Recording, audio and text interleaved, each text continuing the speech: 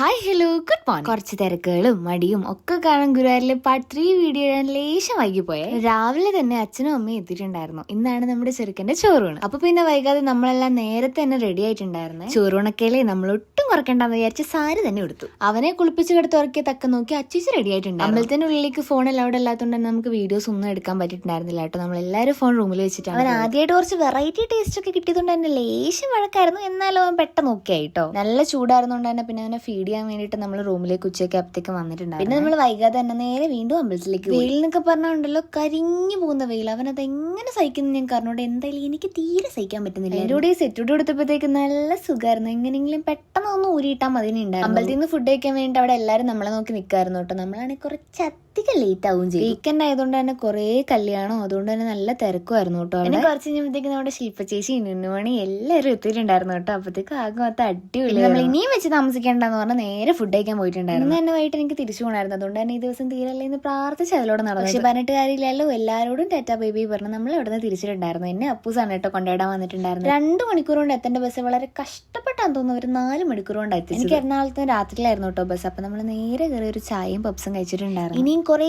സമയമുണ്ടല്ലോ ബസ് വരാനുള്ള പ്രതീക്ഷയിലാണ് നമ്മൾ അവിടെ ഇരുന്നത്. പക്ഷേ എല്ലാ പ്രതീക്ഷകളും തെറ്റിച്ച് ബസ് 6 മണിയായപ്പോൾ എത്തിയിട്ടുണ്ട്. അങ്ങനെ നമ്മൾ തിരിച്ചു പോവുകയാണ്. അപ്പൊ എന്റെ വീഡിയോ ആദ്യമായിട്ട് കാണുന്നവരാണെങ്കിൽ ഒന്ന് ലൈക്ക് ചെയ്ത് ഷെയർ ചെയ്ത് സബ്സ്ക്രൈബ് ചെയ്തേക്കണേ. അങ്ങനെ ഇന്നത്തെ പ്രശ്നോട് നിർത്തുന്നു. അപ്പോൾ ശരി, ബൈ ഗൈസ്.